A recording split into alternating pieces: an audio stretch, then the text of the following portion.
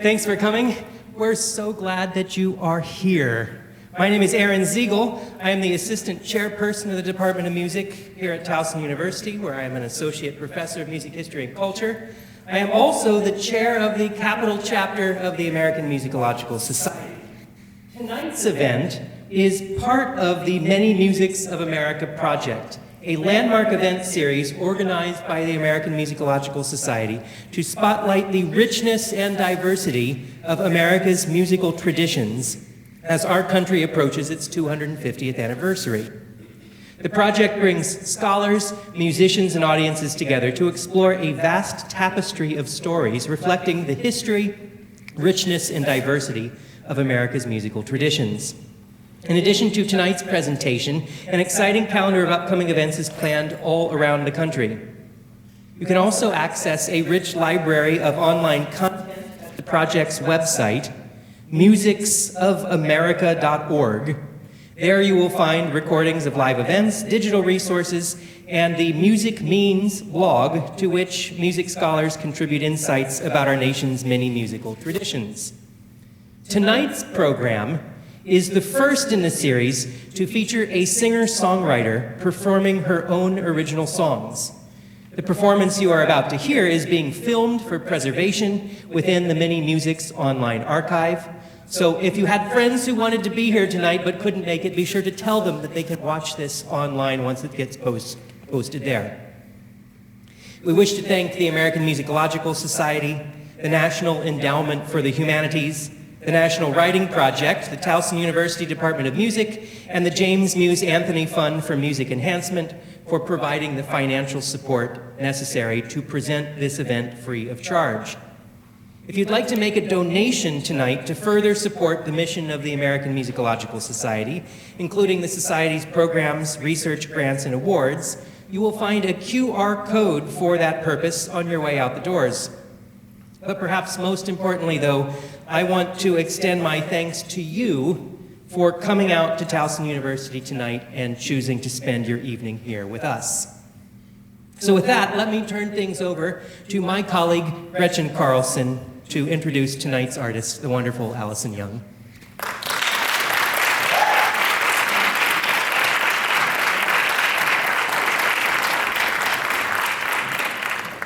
Welcome, everybody. It is great to see you tonight. I know it's a chilly, rainy night, so what better place to be than in a cozy room with excellent music. It is my sincere pleasure to introduce Allison Young. She's a Nashville-based singer-songwriter, composer, and multi-instrumentalist whose original music gives reverence and a refreshing revival to classic jazz standards and the stylistic songwriting choices of the early 20th century, connecting with listeners across generations. She's also recognized for her YouTube channel, where she posts her music as well as her renditions of popular songs. Allison has toured internationally with Scott Bradley's Postmodern Jukebox, Alex Mendham and his orchestra, and her most recent musical venture, the Bygones, with Joshua Lee Turner as an indie folk duo.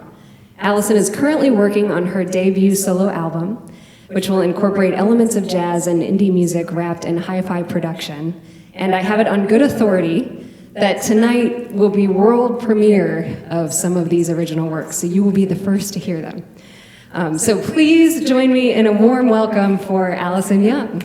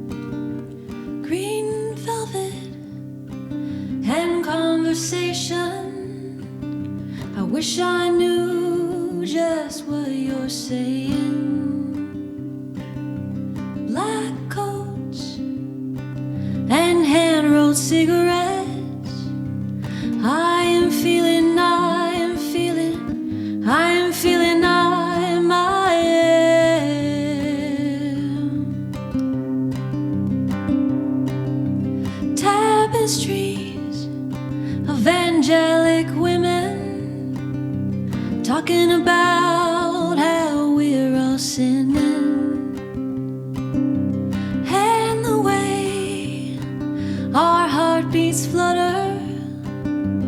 I am feeling, I am feeling, I'm feeling, I am, I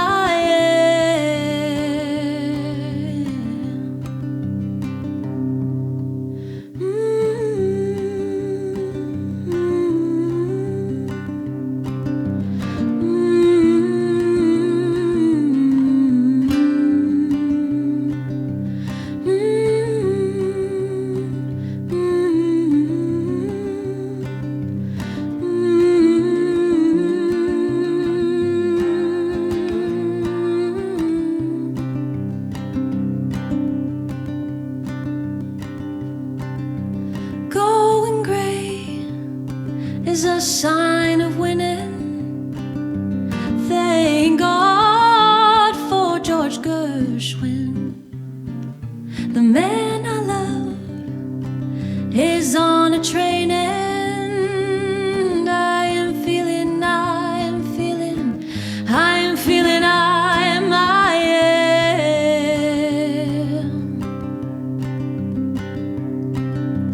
Burning center in a crowded room, blue planets, deep in the French countryside. I am feeling, I am feeling, I am feeling, I am, I am.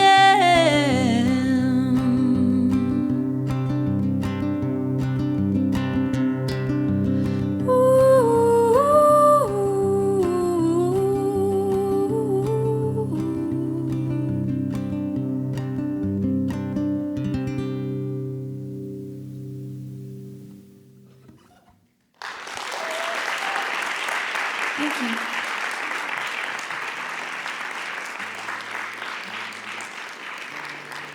Well, hi, everybody. I'm Allison Young. I'm very happy to be here. This is my first show or first performance by myself in a really long time. I am usually performing with someone else on the stage with me.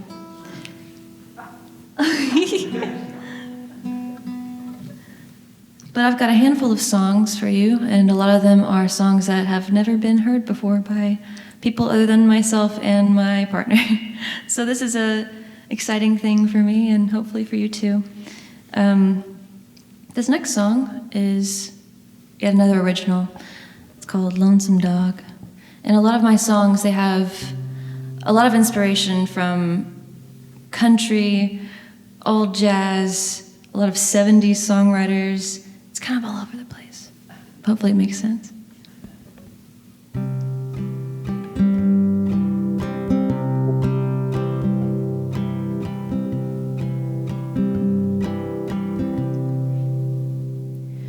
When you call my name, I hear a song so familiar, but she gave it a new refrain.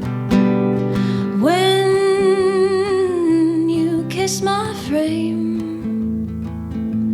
I feel a soft stickiness like a sweet summer rain, and I hope you're doing well up in St. Louis,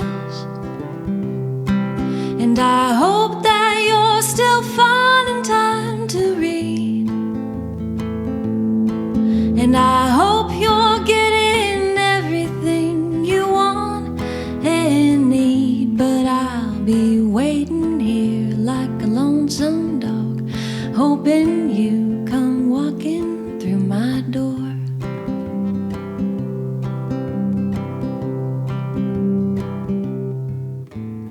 I'll lie awake at night, thinking what the hell are we doing? Is this gonna turn out alright? Should we shine a light on the subject and tear off all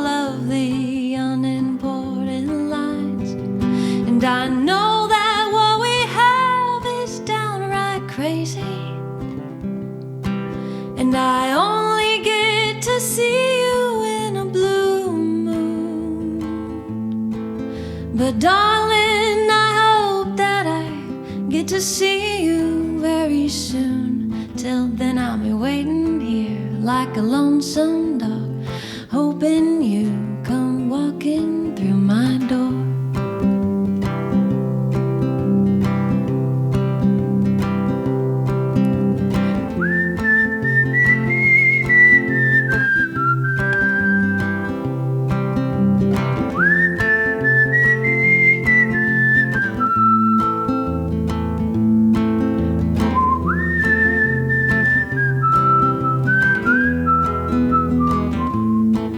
I'll be waiting here like a lonesome dog, hoping you come knocking on my door.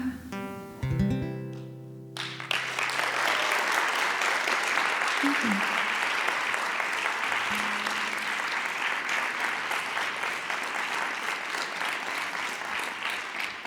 Thank you so much.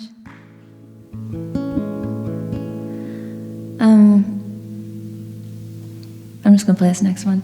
It's called To Be Happy.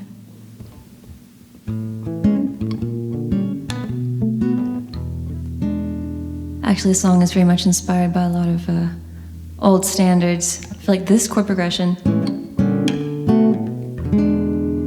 is a very typical chord progression for the 40s. But I wrote this song last year.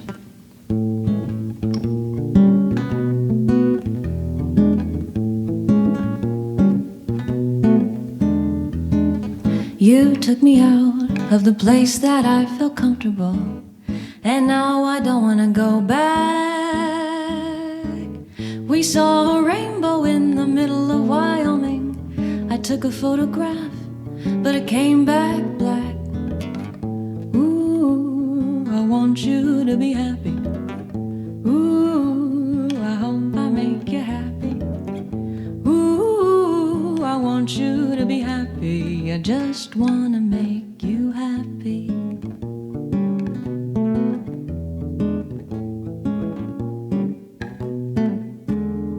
I painted with your mother on the east side of the Rosebud.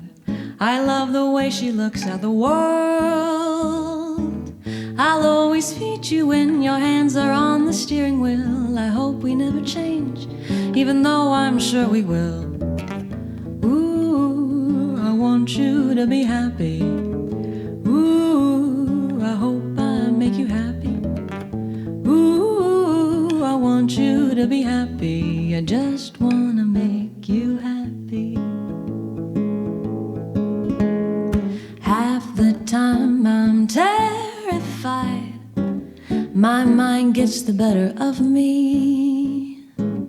But I know everything will turn out just fine as long as I've got you and you've got me. I want you to be happy. I hope I make you happy. I want you to be happy.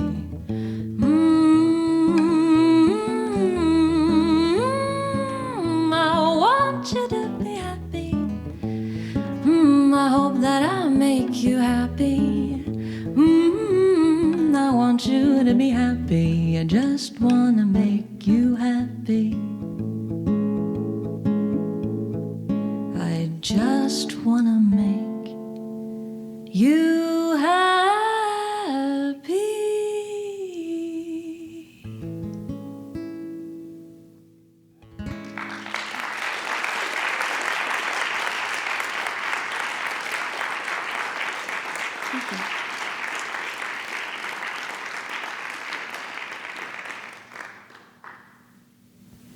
I've got about 2 songs in this set that have this sort of chord structure. I always find it really interesting when songs don't do the normal chord structure where it's, verse, verse, chorus, verse, verse, chorus, bridge, chorus. Classic. I kind of like the verse, verse, verse, verse. And that's it. But I've got a couple songs, and this is one of them. It's called Thank You.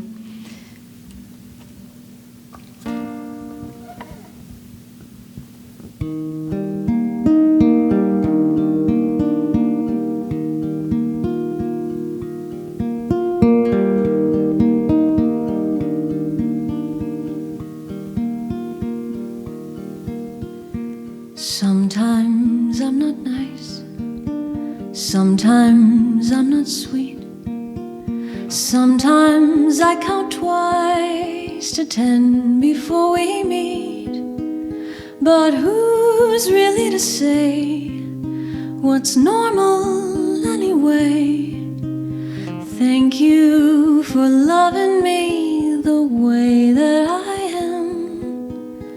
Sometimes I get mad for no reason at all, but you just bring me in and we breathe soft and small. But who's really to say what's normal anyway? Thank you for loving me the way that I am.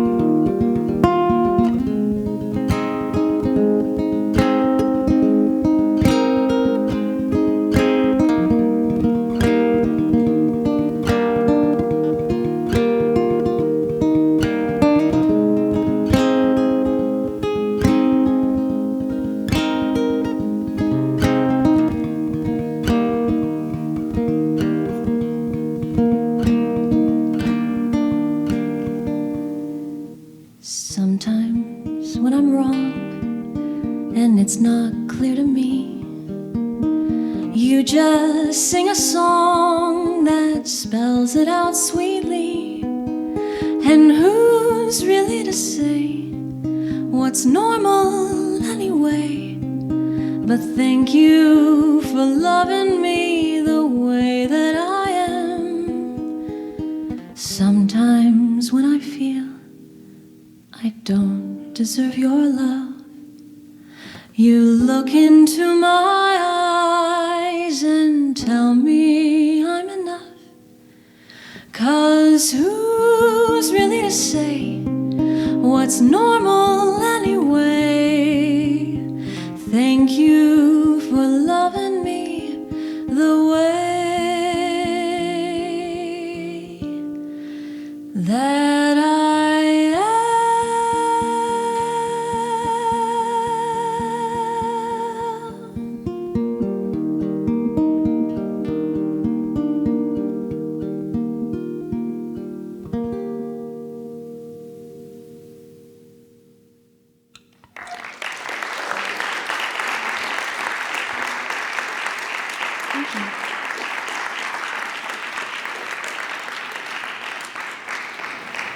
This is a song from a Bossa Nova phase I went through. I don't know how many of you are guitarists in here. Bossa Nova's hard. It's really hard, and it's hard to play and sing at the same time, but I tried really hard on this one.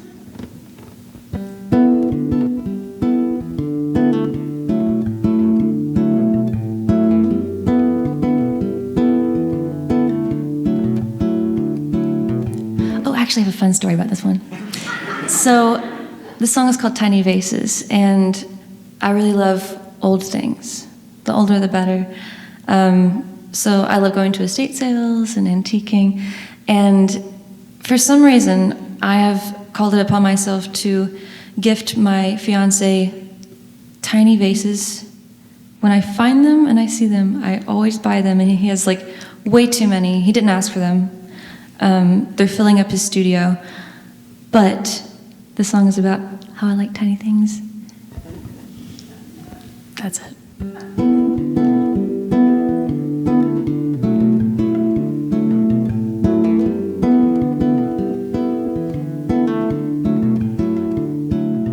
Sometimes when I go out, I buy tiny vases.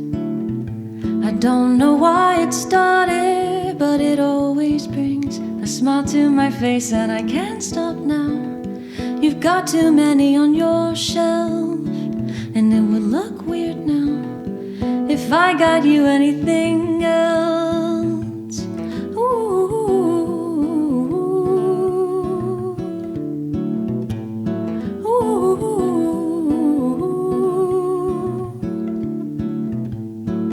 last Christmas Eve, we were both sick in bed. We played Nintendo till our eyes were red, and I'm glad it wasn't me alone. Oh, what a pitiful pair. And it's like I'd almost want to be with you like this every year. Ooh. Ooh.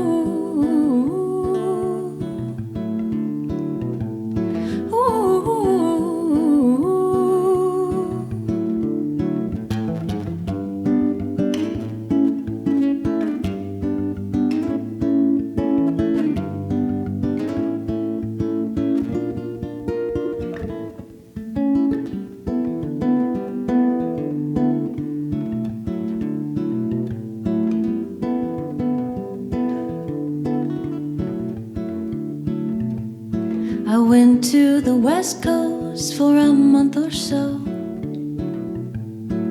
When I came back, I saw that our cat has grown. Oh, baby, did you cut your hair? Are you wearing different clothes? It seems like everything's changing so fast right under my nose. Ooh.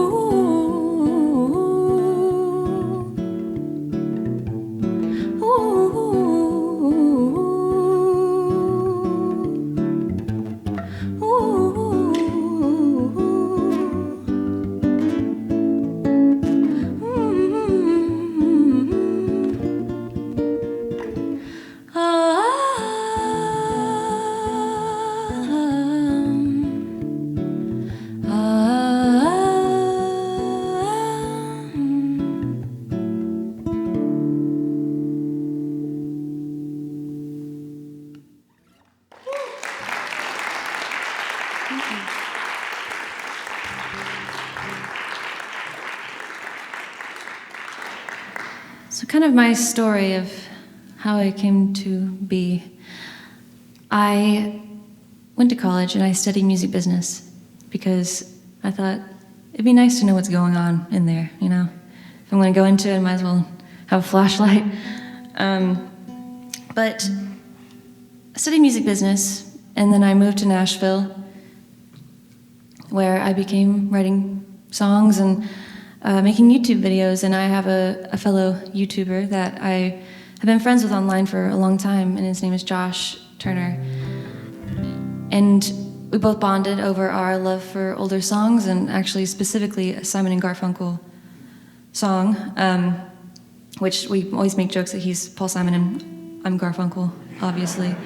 But we decided to start making music together, and we did a tour just as Josh and Allison that did really well, and then we decided, let's be a band. So we called ourselves the Bygones, and I'm going to play a couple songs from that project for you that I've written. The first one is a love song for my cat.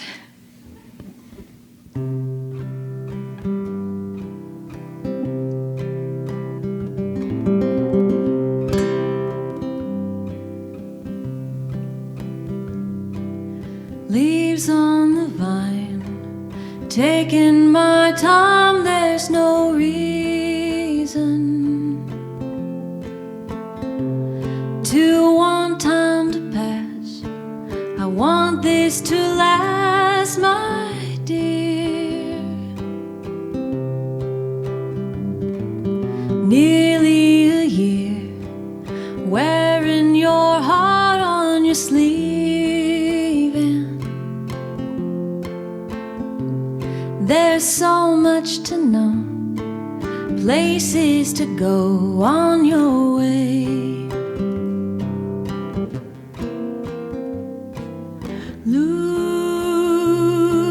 Lucy, you're the sun that sneaks through the door.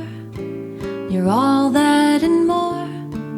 If you only knew how much I love you.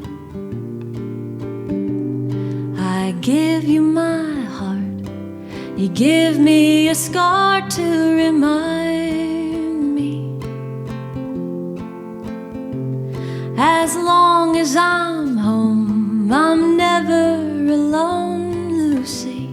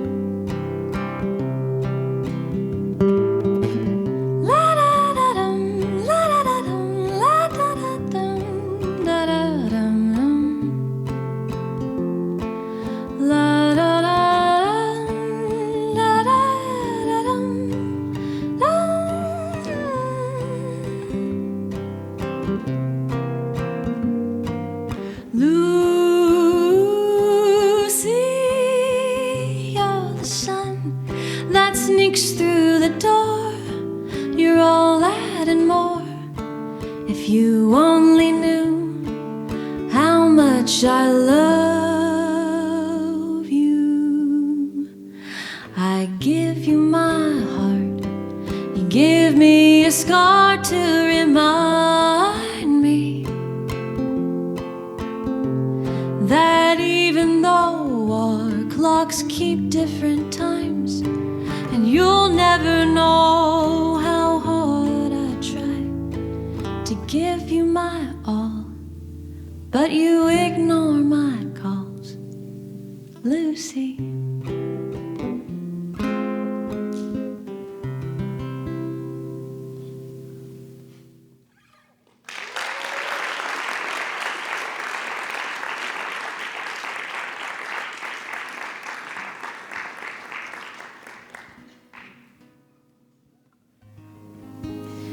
This song is the other one of the song where it's like verse, verse, verse, verse.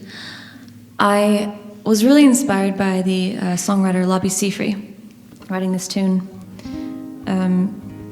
He was never wildly famous, but he's very famous to me. And he recently had a song in the film The Holdovers that was used, and that kind of, reignited him in people's ears. But I think he's one of the best songwriters of all time. If you should look him up later, you would agree. But this song is called The Collector.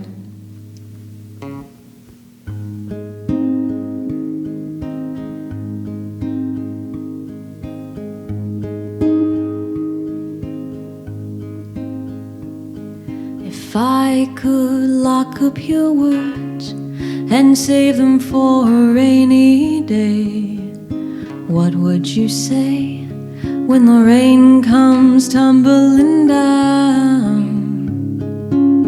You'd pull the sun right out of the clouds.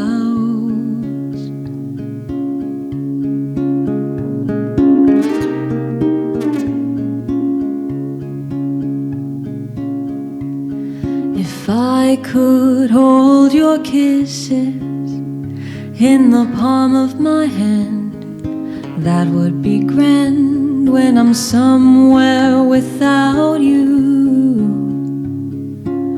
I'd have the sweetest way to cure the blues.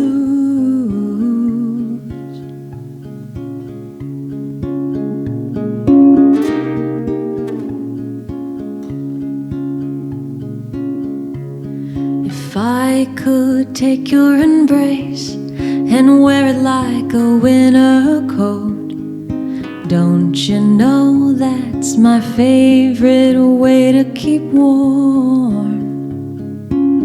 I'd never be afraid of another storm.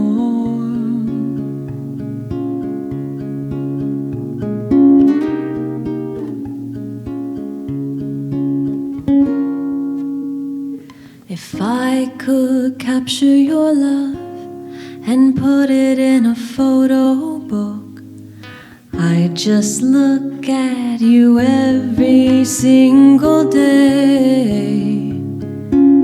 It would be the most beautiful display.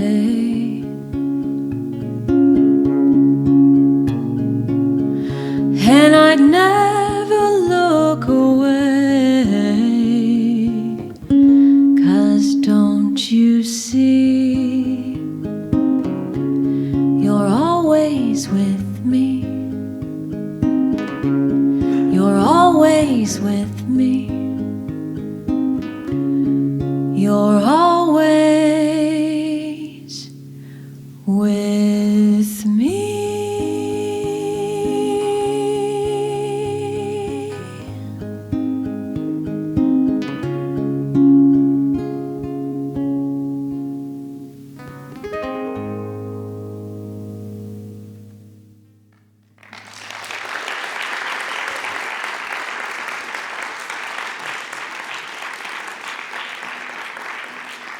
Thank you.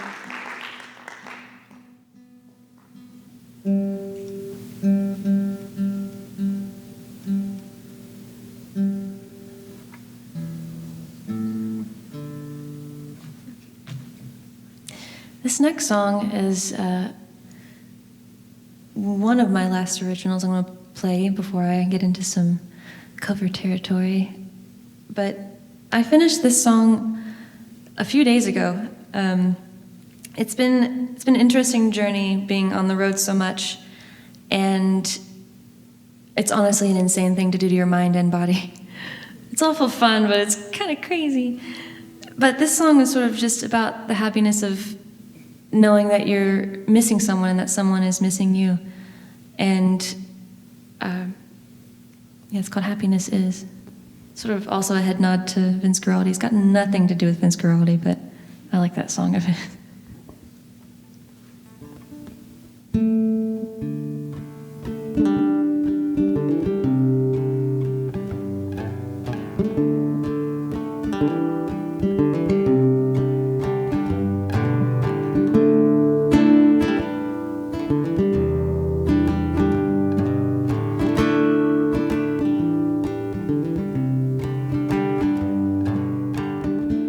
Happiness is your warm, gentle touch, the fluttering feeling that I love so much. When I see your face or feel your embrace, I feel like I'm lighter than air.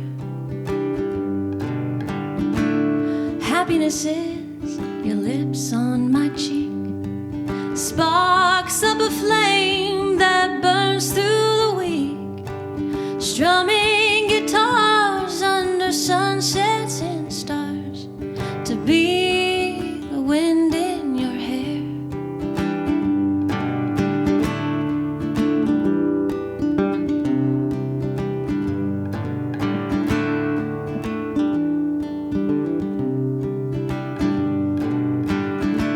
Happiness is the smell of your neck, the brown in your eyes, that one little speck, the language we've learned for, the love that we've yearned for, all the jokes that you say.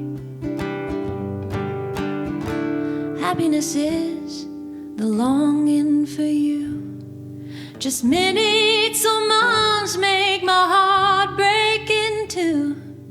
How lucky it is to miss someone like this, and to want someone to stay.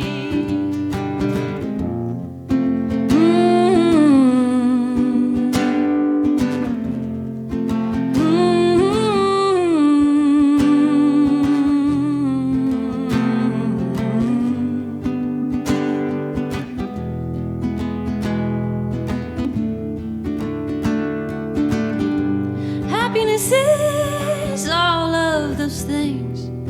How could I ever be blue? Happiness is every little thing that makes you you, makes you you, makes you you.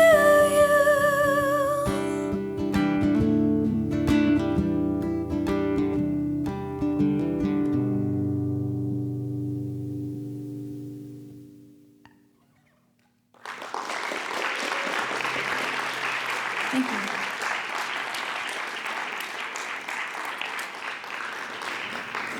We're going to take it way back now, back to 1929.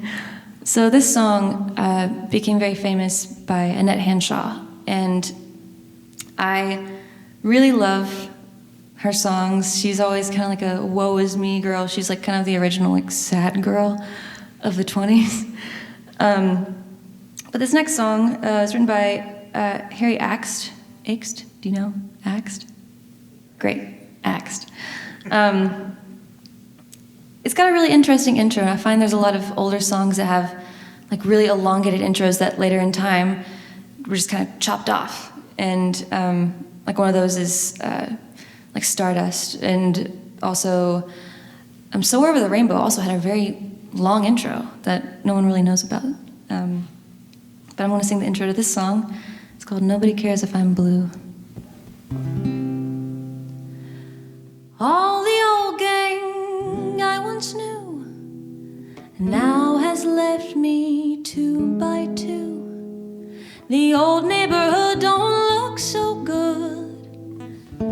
I'm so lonely by my only. Each and every one, it seems, meets the ideal of their dreams. I've searched everywhere for my ideal. Now I'm beginning to feel nobody knows, nobody cares if I'm lonesome. Nobody sighs, nobody cries if I'm blue. It seems that night after night I sit at home and twiddle my thumbs, but still I keep right on hoping, kick the door open, but nobody comes. Ain't it a crime? Kisses like mine are just wasted. And summer comes and I'm thinking, what'll I do? Like a plaything on the shelf, guess I'll have to play by myself, 'cause nobody knows, nobody cares if I'm blue.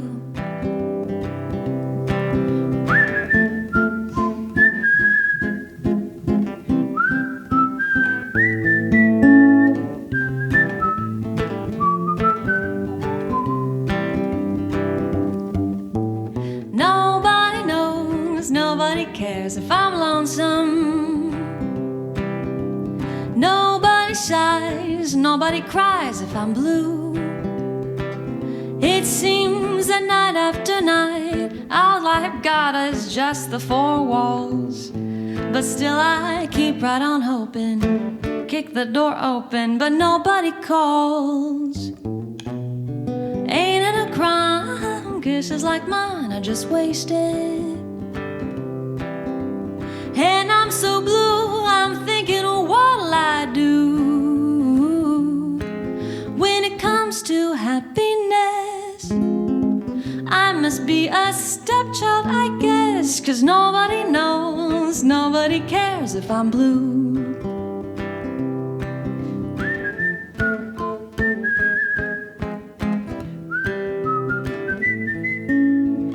Nobody knows, nobody cares if I'm blue.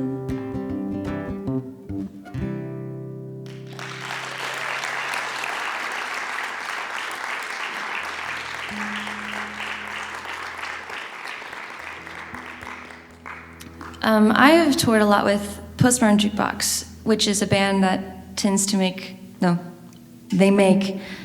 new songs sound very old, and I was really inspired by them for a long time, and I've had the honor of being able to work with them, and it's been interesting to see how people connect with songs that are, new, but they're hearing it in a whole different way.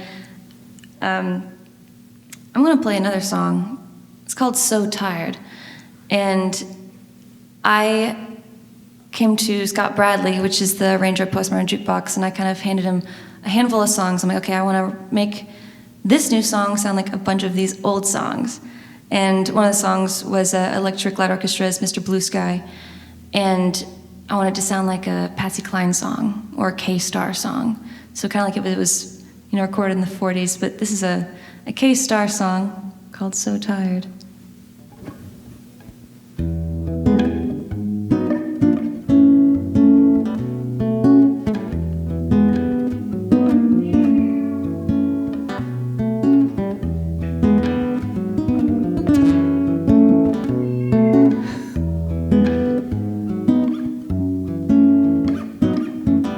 So tired of waiting for you, so tired of longing for you, tired of waiting, saving all my love for you. So tired of dreaming daydreams, so tired of all these play schemes. Why don't you call me tonight, my dear? Tell me that all of your thoughts are of me, sweetheart. All day long I wonder why we're so far apart. So tired of waiting for you, so tired of longing for you. Tired of waiting, but I'll wait forever, dear.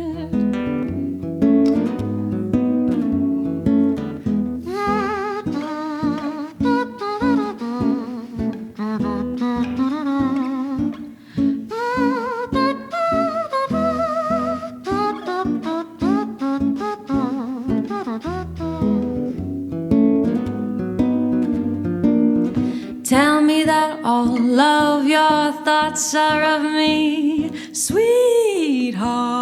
Oh, all day long I wonder why we're so far apart. So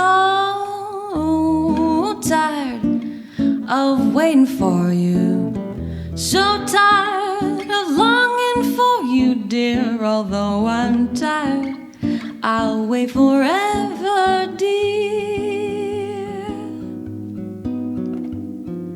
Although I'm tired, I'll wait forever, dear.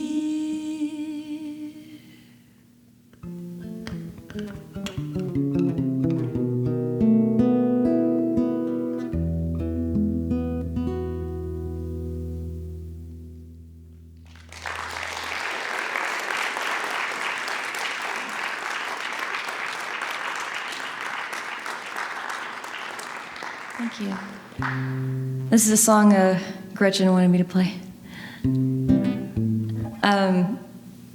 It's called Black Coffee. This is maybe the third YouTube video I put out, and I was really scared putting out this one because it was the first song that I was really like singing in, and it feels really nice to be in your, your house, in your bedroom, and you're in a cozy, safe environment, and recording a song and putting it online for everyone in the whole entire world to see. It feels safe from your room, but you aren't really playing for just yourself anymore. You're playing for so many people, and it's been really cool to see people start to fall back in love with older songs more than ever.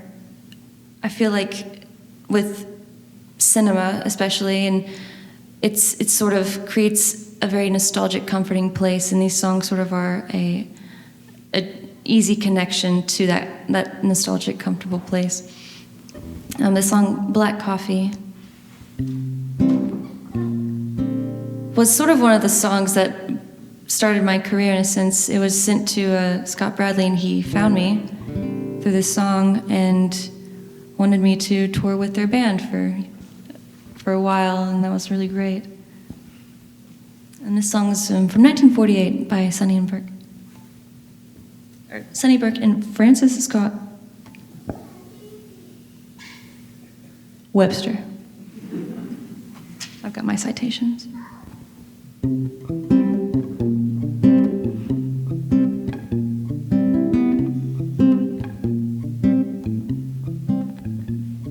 I'm feeling mighty lonesome, haven't slept a wink. I walk the floor and watch the door, and in between I drink black coffee. Love me a hand-me-down brew. I'll never know a Sunday in this weekday room. I'm talking to the shadows, 1 o'clock till 4. And oh, how slow the moments go, while all I do is pour black coffee. Since the blues caught my eye, I'm hanging out on Monday, my Sunday dreams too dry. Now a man is born to go on loving, and a woman's born to weep and fret. and stay at home and tend her oven and drown her past regrets in coffee and cigarettes. Working all the morning, moaning all the night, and in between it's nicotine, and all I do is fight black coffee. Feeling low as the ground. Now it's driving me crazy, waiting for my baby to come around. Black coffee, black coffee, black coffee, black coffee.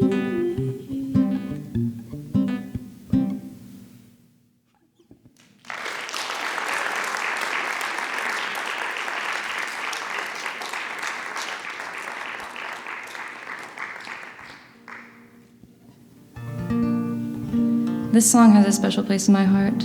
It's a song called Where or When. And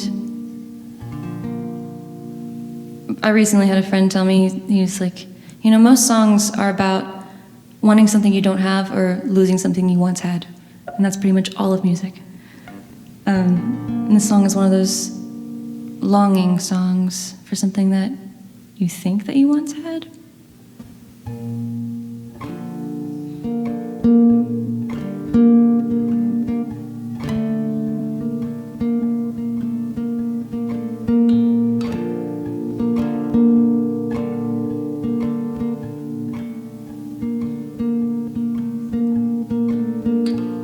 It seems we've stood and talked like this before.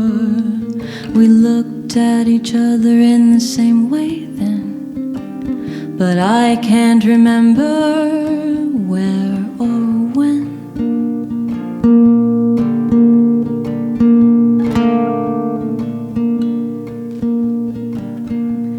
The clothes you're wearing are the clothes you wore, the smile you're smiling, you were smiling then, but I can't remember where or when.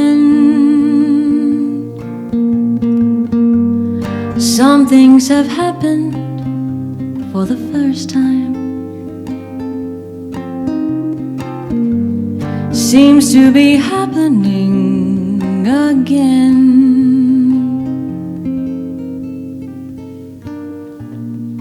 And so it seems that we've met before and laughed before and loved before, but who knows where or when.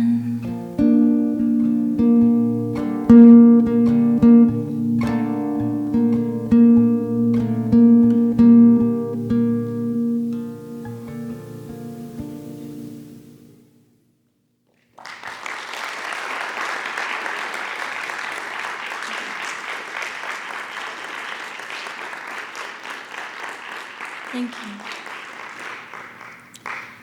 Last year I decided to put out some songs on TikTok, and one of the songs was a Roger Miller tune, which last night me and Gretchen and Aaron and David, hi, we went and got some Mexican food and talked about music and what we love about it, and this song came up and it all kind of lit up. They're like, oh my gosh, I remember that movie, like, you know, it was yesterday. I can sing that song like it's on the back of my hand. And this was one of the songs that I put out on Spotify last year with a record called Sweet Songs, and I didn't think it was going to really amount to anything or really be anything. I just kind of did it for fun, but people really loved this version of this song that I had done, and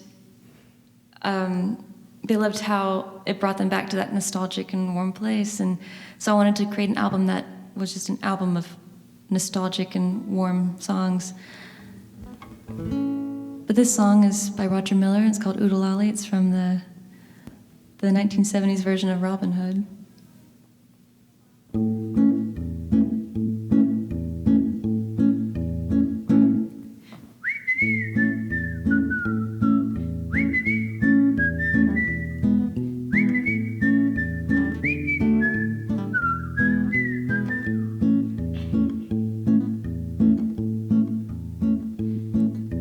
Robin Hood and Little John are walking through the forest, laughing back and forth at what the other has to say.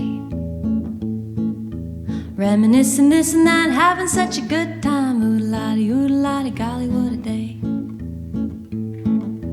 Never ever thinking there was danger in the water. They were drinking it, they guzzled it down. Never dreaming that a scheming sheriff and his posse was watching them gathering around. Robin Hood and Little John are running through the forest, hopping fences, dodging trees, trying to get away. Contemplating nothing but escaping, finally making it. Oo-De-Lally, oo-De-Lally, golly, what a day.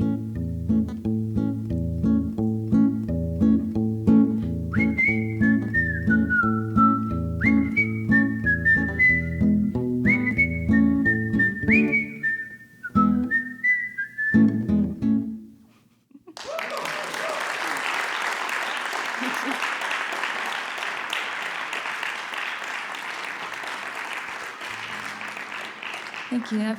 I'm gonna play one last song for you all. I appreciate your all's time and attention. This has been really sweet, and thank you.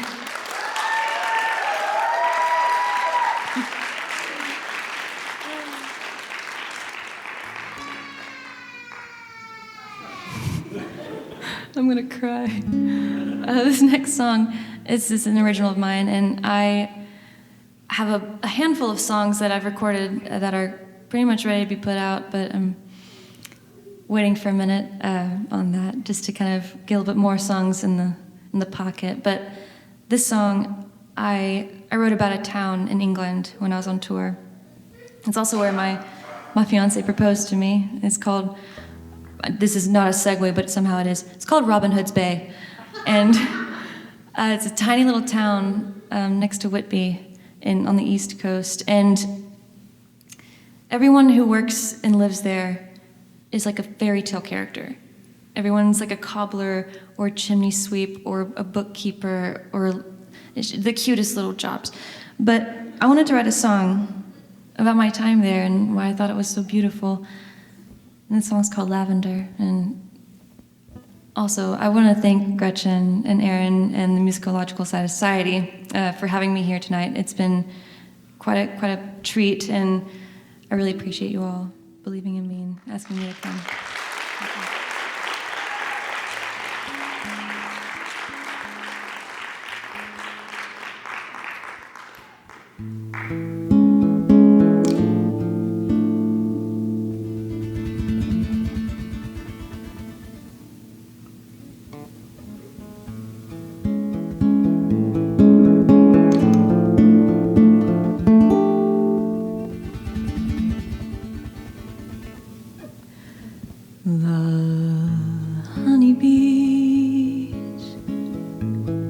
Fell asleep on the lavender,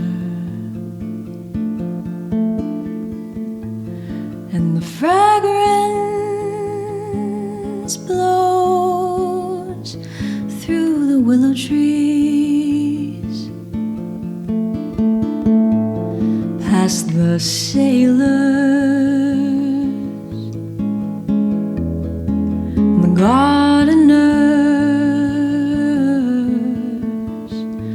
through the lace curtains with the summer breeze.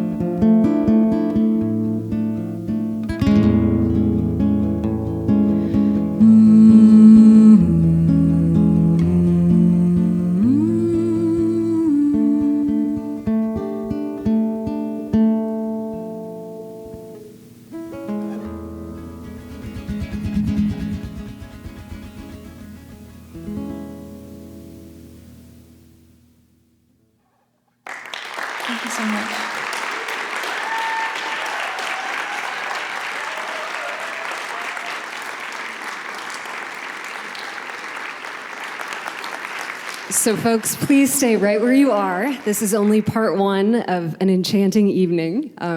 You got to hear Allison's lovely music, and what's next is we get to kind of dive behind the scenes with her. So Allison has been incredibly generous with us this whole day, meeting with students and hearing some of their work and having some really in-depth discussions. She has lots of wisdom to impart. So one of the things we're going to do right now is have a moderated Q&A while I'll ask her a few questions about her process, what inspires her, but then we'll also open it up to each of you. We'll have a roving mic around here somewhere.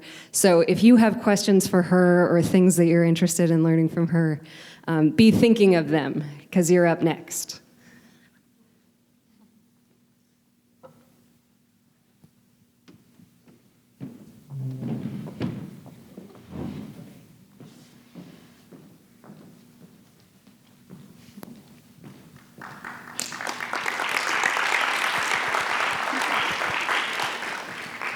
So Allison, just to start, would you tell us how you got into music? Yeah, I've always been very much surrounded by music. My parents aren't musicians per se, but my dad gifted my mom a piano for their first anniversary, and so I've always had a piano in the house available. And my parents both really enjoyed good music. Like I grew up listening to a lot of like Billie Holiday and Ella Fitzgerald and like the Beach Boys and the Bee Gees and like all sorts of just good music. And I started playing piano when I was 3, and I started in piano lessons at that time as well. And I took piano lessons up until I was about in middle school, and then I picked up guitar because it felt cooler. And I felt like it could just be for me, because playing piano in the house, everyone's listening to you. But guitar, I could bring it up to my room and, play it by myself quietly, and I can play whatever I wanted to. And at the time, during that transition of playing guitar, my mom forced me to audition for Annie in a community theater production of Annie, and that was horrifying to me. I was so scared. I was a very shy child, but that really helped me to get out of my shell, and I realized that I enjoyed just singing, and so since then I've been singing ever since. And throughout high school I've been in many choirs and many more productions in musical theater, and I continued to write on guitar. But yeah, it's sort of always been around me, and it just feels like it's my thing. Nice. I'm not good at much else. Your music is incredible, and you have such a unique vocal style that clearly is inspired by the music of the early 20th century, but it's also very contemporary. Could you tell us a little bit more about how you developed your own voice? Yeah, I mean, I was always really inspired. Like I said, I started off singing, doing musical theater, which is a very particular style of music, but also it's very hand in hand with jazz. I feel like there's a lot of jazz in musical theater. The Great American Songbook is used in a lot of musicals, and that world opened me up to the world of jazz, which then opened me up to a whole different genre and world of music. But I think it's because I like so many different genres of music. I wanted to sort of try to find a way to mesh all the things that I loved into one song. It's pretty impossible. These songs that I played tonight, you just heard them with me and guitar, but the arrangements that I've had for some of these songs are pretty out there. A lot of them have like slide, steel guitar, and some have like harp on them and like a horn section. Some have what's that thing where you it sounds like it's like electric, and you use your hand to control. Theremin. I've got a theremin on one of them. It's kind of that was a terrible way of explaining that. It was actually an excellent representation. But I just like to try to implement like all the things that I enjoy about music into one piece of work, as chaotic as that may be. But I feel like most of my projects have been full albums, but each song is kind of its own little world. And with the Bygones, my band with Josh, if you listen to it, there's a lot of stuff that sounds like old country. And then the next song might sound like early 2010s, like rock. And then one might sound like just full singer-songwriter, like 70s. And then some, we do a lot of like jazz standards as well. So we both kind of are in that same boat where we both enjoy playing and listening to so many different kinds of music, but we don't want to stick to one genre. It's been quite a task for producers that I work with to try to figure out, like, who is she? What does she want? She wants everything. And I'm going to make it work. You know, the great Duke Ellington, one of the highest praises that he would give was that somebody was beyond category. And he was adamantly against genre for that reason, because he thought that it limited creativity. So you're up there with the best, defying genre. Thank you. That's nice.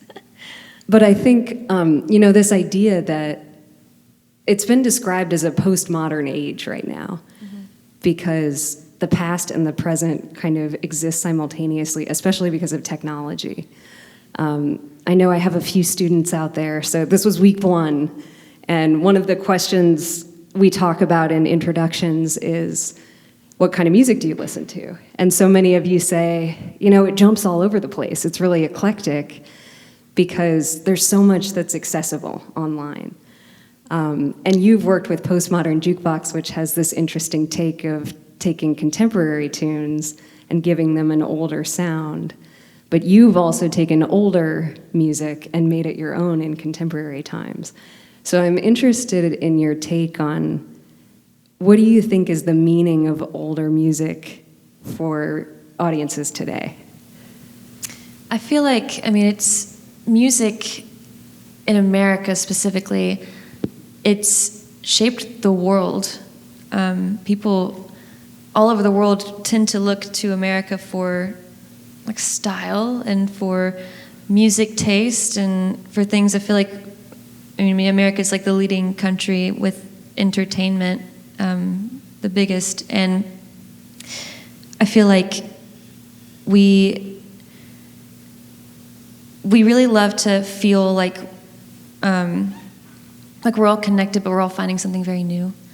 And with doing stuff with Postmodern Jukebox, figuring out how to recreate songs in a new way, similarly to like how I've just covered some songs, it's giving life to something that has sort of laid dormant for a while. And certain songs that you once loved as a kid, you might not have heard in a while, but then if someone, sings it in a different way, it like sparks up a whole new, exciting world around that song and also the memories that you have tied to that song. And for a while, I thought it was kind of like cutting shortcuts by covering music because I wasn't writing my own. And it felt like people didn't take me as seriously as an artist because I wasn't able to, or just didn't perform my own music. But I feel like it's really important and it's really beautiful to bring life back to those songs. I've had so many instances where I've played some music from like the 40s and 50s, and I've had people online and even in person come up to me and say like, wow, I've not heard that song since high school. Like I danced with my girlfriend to that song at prom in high school, and they're telling me these stories, but also they're like, it's so exciting to see someone now, performing it, because it makes you feel like that memory has come alive again. What was the other part of that question? That was essentially, what do you think is the meaning or potential meanings of music from the past for audiences today? Yes. Yeah, I think that it's super shaped everything that we do, and I feel like, especially now, because you said it's like a postmodern era. I feel like I've been calling it like the recycling era, not specifically because we're recycling, but I feel like fashion and music is just like rotating back.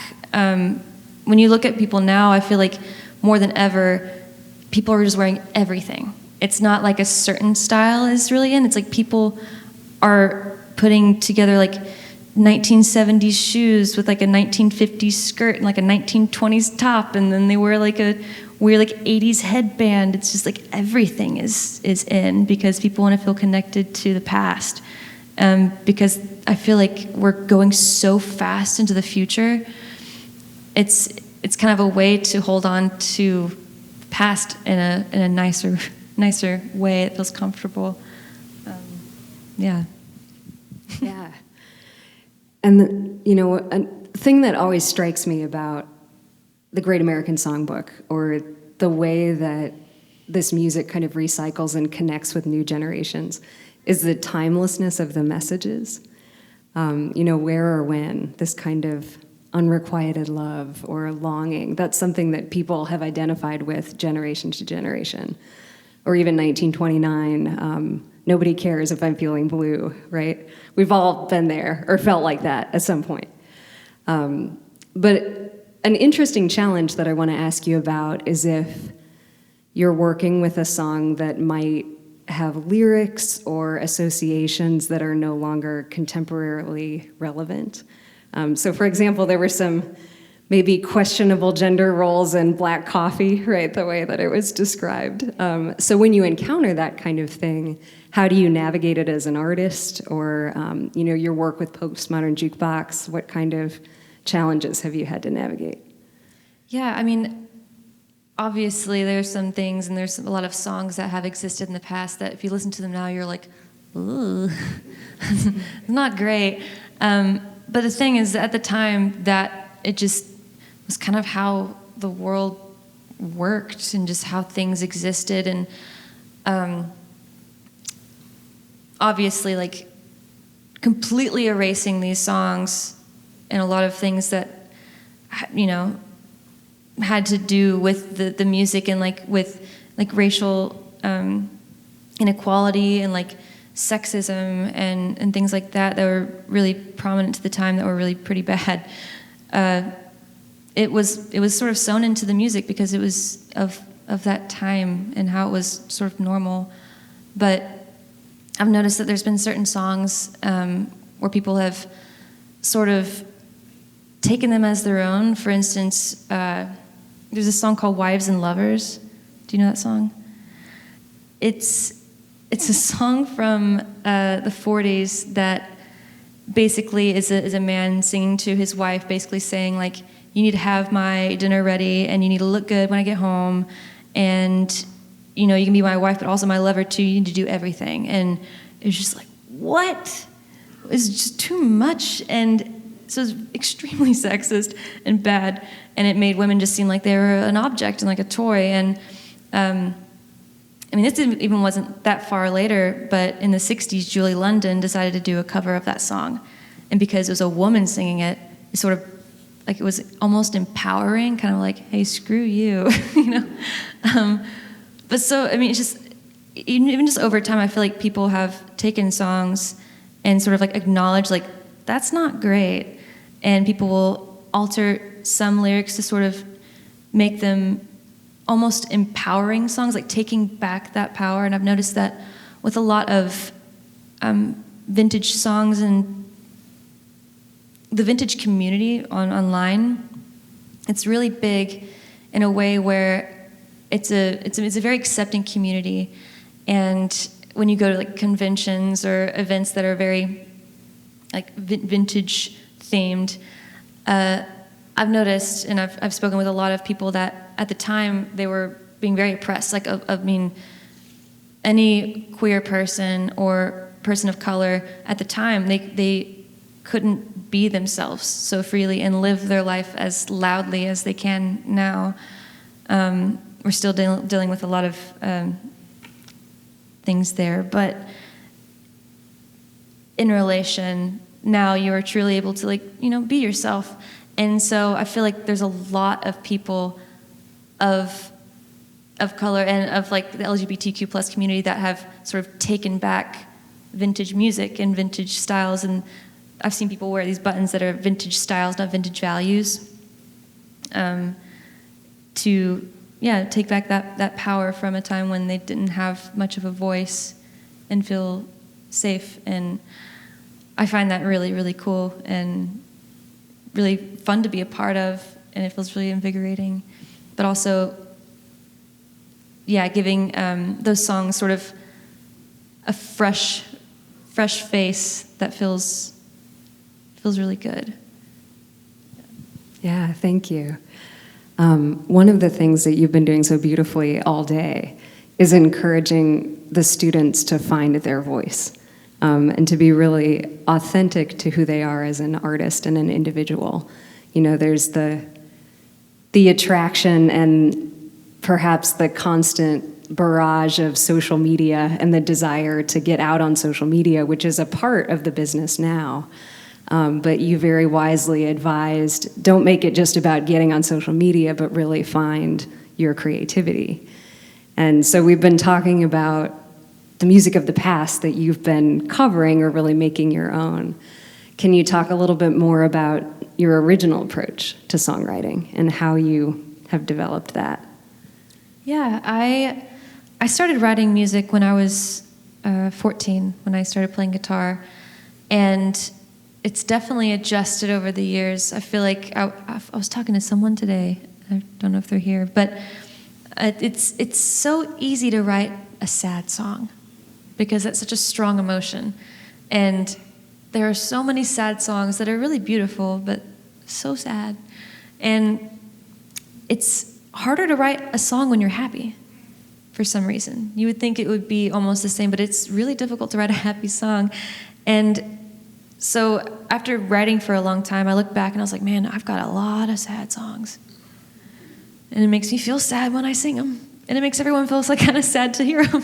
And so I worked really hard to approach songwriting in a way where, like songs, back in like the 30s and 40s, a part of like the American Songbook, at that time, it was, there were a ton of horrible things going on, a lot of war, and people felt really, really scared. And I still feel like we all feel pretty scared. And now more than ever, we need uplifting music and music that gives you hope. And at that time, that was a very prominent thing. There's, We'll Meet Again, which is a sad song, but it's also very hopeful. And like Smile, that's from the 20s, but it's a song that's like about devastation, but it's sort of coated in gold to make it seem happy. And the way that people sort of used words like blue, when you're blue, it sounds better than saying, I'm depressed. But if you say, well, I'm blue, it's like, oh, it's not as bad, And so when I write songs, I tend to try to find words that don't seem as devastating. If I'm wanting to write a song about how I'm not feeling as great, I'll sort of reference something that could be really sweet, or like a cloud with sunlight behind it. And I've just really tried really hard to continue to write music that makes people feel hopeful and happy. Obviously, feeling sad is a really raw, real emotion to have, but at the end of the day, no one wants to feel sad. You want to feel hopeful and you want to feel happy, and I want to create music that lets people kind of escape that for a little bit and puts them in a different world where things seem more hopeful and happy. And I feel like a lot of musicians are trying to do that now too. Well, I want to leave time for the audience to ask questions. So one last question for you here. What would be your parting advice for aspiring artists or students or people who are looking to have a career in music? I'm still pretty young, but what I've learned just in the past 5 years of being a professional touring musician, everyone's got their own time. Everyone's got their own path, and your future is not going to look the same as the person next to you, and their path is not going to look the same as yours. And for a while, I was always very jealous of people who got really cool opportunities. Like, why don't I get that? Why doesn't it happen to me? I'm doing just what they're doing, but it's not happening to me. And then I realized once I started to get those opportunities, I was like, oh, it would have been horrible if I said yes to that back then, or if that happened to me back then. But like now I can handle it, and it's happening to me now. But yeah, I just think that comparing yourself, especially in music, but in any kind of thing in life, to someone else is pretty fruitless, because everyone is their individual person, and you've got your own way. Yeah. Well, thank you so much. So we'll open it up to those of you here. Any questions? Now is your chance.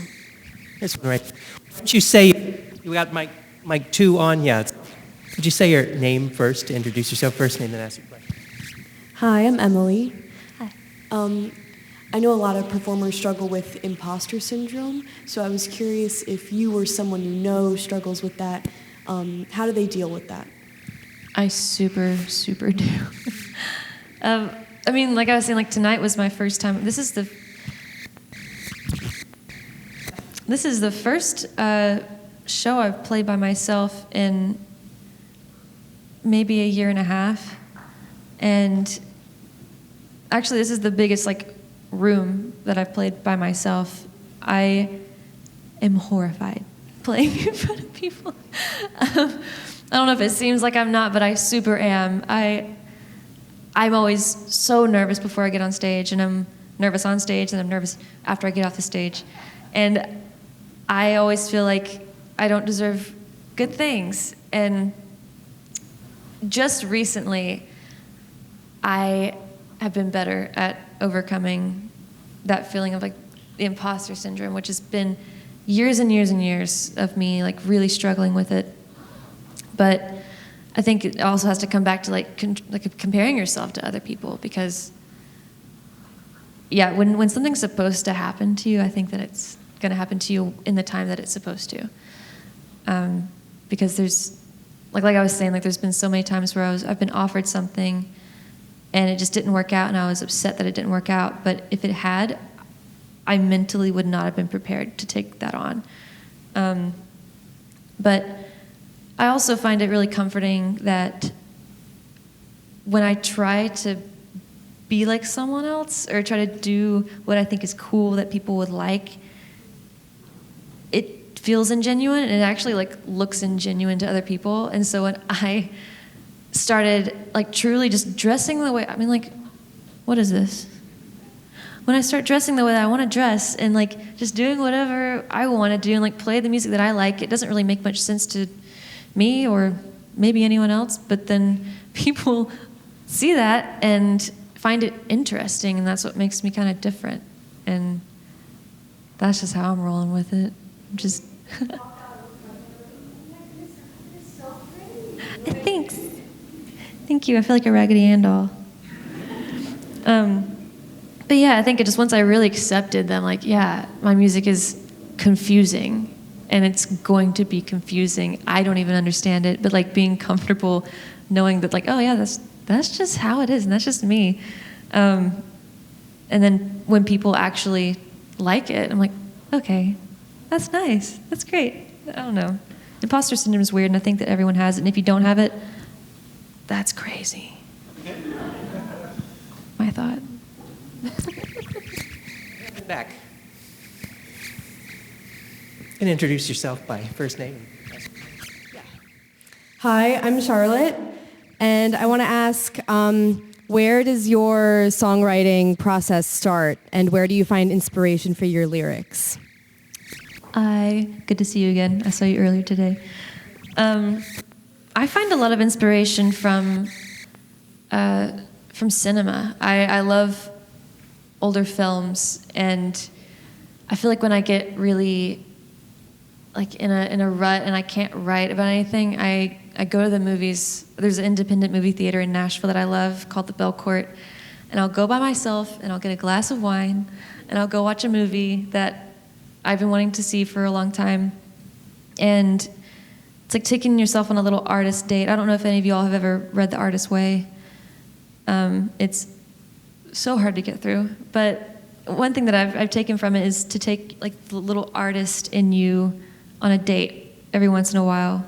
Like when you're feeling bad, it's like, oh, you know, take yourself on a date. Like what would the artist you, like if you could look at yourself as two different people, like there's me and then there's like creative, insanely cool, talented, inspirational me. And you're going to take them on a date. Where would you take them? Oh, I want to take them to like the art museum or the park or like a really cool like vintage store or like, you know, and I feel like that really inspires me. And with lyrics, I don't know if anyone else does this, but I'll find a song on Spotify or another streaming platform that I find beautiful, and I will listen to it 10,000 times. And every time I will re-listen to it, I'll listen to a new element. I'll listen to the vocals, then I'll listen to like the drums, and then I'll listen to just the strings or just the guitar, and I'll like pick it apart, and then I'll realize like, okay, what's my favorite part about this song? And then I'll take that and sort of, sometimes I even use the same chord progressions as songs that I enjoy. I'll play around with those chord progressions and then sort of marry them. If I have like written some poetry, I'll kind of just like play around with that. But I don't really have like a set way that I write music. I feel like sometimes I'll come up with lyrics. If I hear someone say a really interesting line that sounds like a poem, I'll just write down on my phone.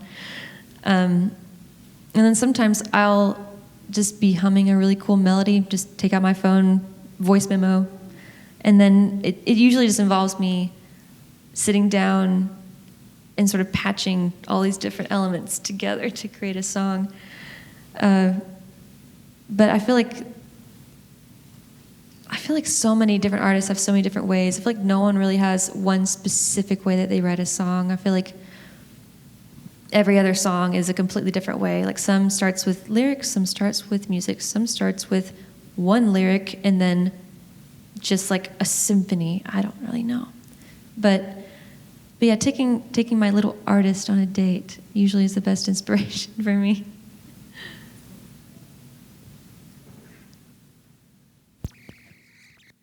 Hi, I'm Harry. I'm a film student here, actually, and I want to ask, because I feel very similarly, you brought up singer-songwriters from the 70s like several times. What's the allure of the 70s to you as opposed to decades before and after where people still had that singer-songwriter label? But like, what draws you to that moment?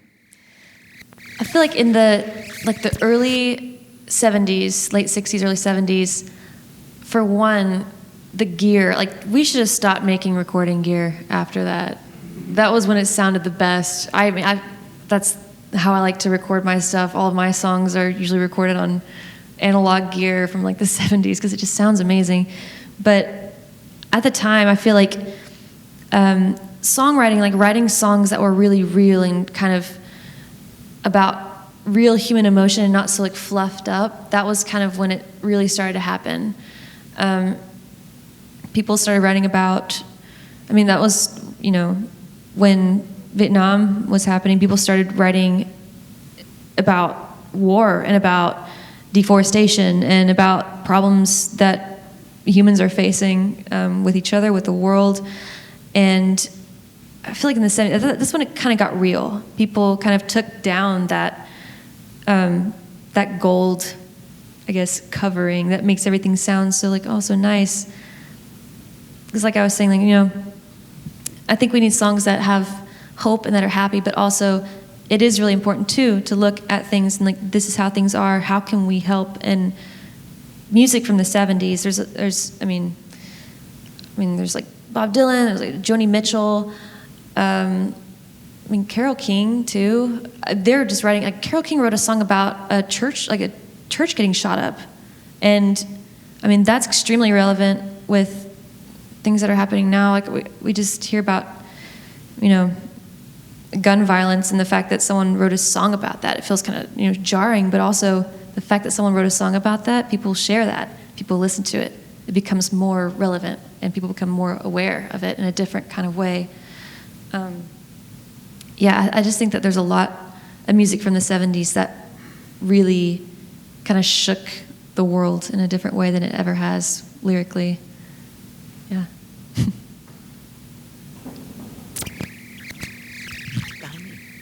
Oh, hi, my name is Lori, and I'm actually on the music faculty here. I'm the head of the voice division. Oh, wonderful. And I think you're magical. Oh, thanks. But I spent a lot of time in Nashville singing with the opera company and doing things with the symphony and opera company there. And I know that Nashville is just a hotbed of creativity. It's a hot and mess. but it's a great place to be. It's a great place to be. And I think that especially the way that current music industry is going right now, like with songs like Fast Car from Tracy Chapman that was remade, and Kate Bush and the resurgence of her music, all these kind of throwbacks. As a music industry or music business student, and with your searching for your new album and sponsorship and underwriting and that kind of stuff, can you talk a little bit about, has it been easy or hard, or how have you been able to drum up support for your music? Because I think if I was a producer, I'd eat you up and I'd try to sign you to a 15-year contract immediately. But could you tell the students a little bit about what you faced business-wise? Yeah, I mean, honestly, it has changed even since I was in college, and that wasn't very long ago at all. Honestly,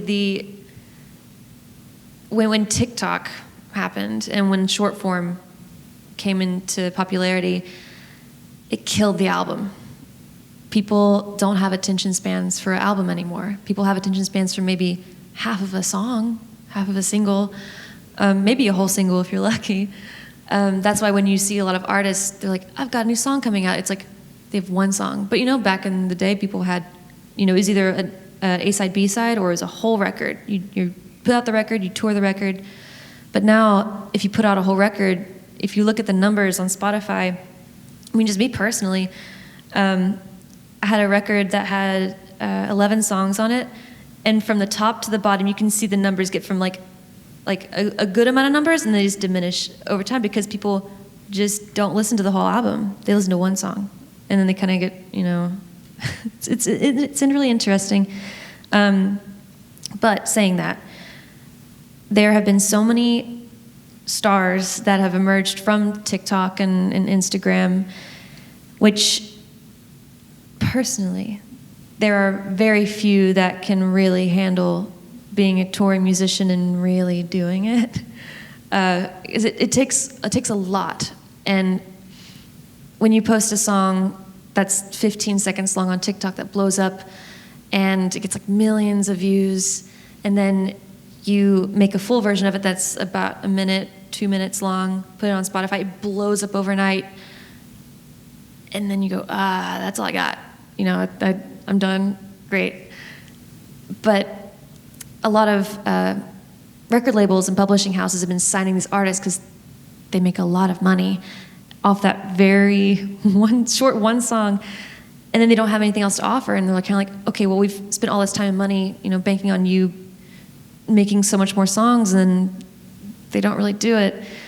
And that was really popular, and now I feel like I've talked to some labels, and there have been new labels that have actually reemerged from the past that were kind of dormant, that are being revived to sort of fight that and sign artists that are really true to their craft, that will release full albums. They're trying to bring albums back because it's not. When you fall in love with an artist and they have one big song, it's kind of a bummer, and you're like, man, I want more, but then you don't get it. And so, yeah, I know that Universal right now is opening like 4 different labels in Nashville specifically to sign songwriters that have a pretty large discography, because they want artists and songwriters who are true songwriters, which I think is really cool. And I hope that, they're calling them flash in the pan artists for the TikTok people, but I think they're really talented. I just think that a lot of them thought it was just, that's just easy. it's just like easy to do, but it's super not. It's a job, and you have to work really hard to make something of yourself. But I think that there's a new wind blowing, for sure. We have time for maybe 2 more questions. We'll hear one there, and I see a hand over there. That'll be the last one. Hi, I'm Ethan, and I guess a sort of easy question, hopefully. What are you listening to right now? What are you into? What can you recommend? Okay, I've been listening to a lot of Japanese music lately. There's an artist, his name is, he's a current artist, Yuta Orisaka, and I really love what he's doing. He's sort of combining jazz and bossa nova with like bluegrass banjo. It works. It's super cool. I don't know what he's saying, but I love it. There's Shintaro Sakamoto that makes really interesting, sort of like phasery, slacker, indie kind of music that I really love. There's an artist that I have been dying to work with. Her name's Ichiko Aoba, and she, we have a fan. Yeah, she's amazing. I was inspired. She always wears things that makes her look like a jellyfish, like she's underwater. And her music, it's her, and she plays classical guitar. And so many of her songs are just about the beauty of the world around her. Some of her songs are about moss on rocks. Amazing. But I find that a lot of Japanese artists that are making music now that are using so many different kinds of instruments in their music to create a new sound, but all their music tends to sound really calming. And what's another artist I've been listening to? Yeah, just a lot of, also Harumi Hosono. Love Harumi Hosono. He's a very big jazz head as well. He did a whole album called Hosono Bossa Nova or something, but the whole album is just like Bossa Nova and jazz, but him singing it in Japanese. But that's what I've been listening to. It's been really cool. Hi, I'm Jack. I'm a freshman at Towson, actually, and I just wanted to say that your songs, Thank You, Small Vases, and Lavender were absolutely lovely, and I was curious if you were going to release an acoustic version of them, maybe? I haven't thought of that. I actually have, I don't have Thank You recorded. I'm gonna actually record that one next week. I've been working with a producer in town named Mike Elizondo, and he's very cool. He reached out to me because he really enjoyed my Sweet Songs record, and he's been working on, in the early 2000s, he started working with Dr. Dre and Eminem, and then he went on to work with Fiona Apple and Regina Spektor, and then now he's working with Lin-Manuel Miranda and doing musicals. So he's kind of all over the place, but he liked my music so much, and he kind of saw what I was doing, and he's like, okay, so you're kind of like indie jazz musical. And I was like, yeah. And he's like, we're gonna make something of this. And I was like, yeah. So hopefully he makes it sound really cool. But Lavender, I have that recorded right now, and I worked with, there's an artist named Leve, and she is a really big inspiration of mine. I think she's so cool, and honestly, she was one of the sole reasons that I think a lot of younger people listen to jazz now in the way that they do, because she revived it in a really nuanced, cool way. Lovely Faye. But her mixing engineer mixed that recording, and that's probably going to be the first song that comes out is Lavender. And then Tiny Vases, I recorded that with a string quartet in Nashville, so it sounds really big and cool. But yeah, all those songs are hopefully going to come out later this year, if not early next year. Yeah. Thank you. Thank you all so much. So, folks, one more round of applause for Allison. Thank you so much. Thank you all so much. And thank you all for coming out tonight. Take care.